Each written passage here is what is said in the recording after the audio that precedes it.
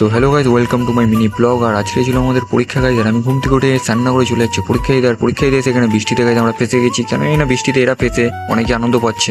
আর এদের মুখের হাসিটা দেখেছো, গাছ স্কুলের সামনে এসে ফেসে গেছে বলে। तेरी माँ का तो ओ मेरे सनम क्यों ना दे তো হ্যাঁ গাইস, তোমরা ঠিকই দেখেছো, তোমাদের চকলেট বয় আমাদেরকে আজকে সারা রাস্তা গান শোনাতে শোনাতে এসেছে।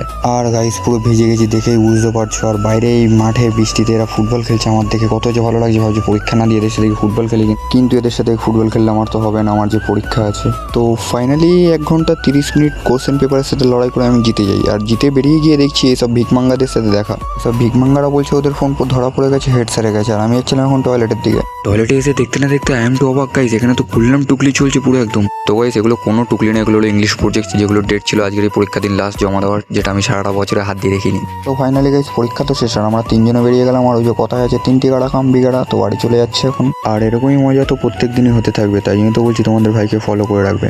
अच्छा जी, ऐसा है क्या?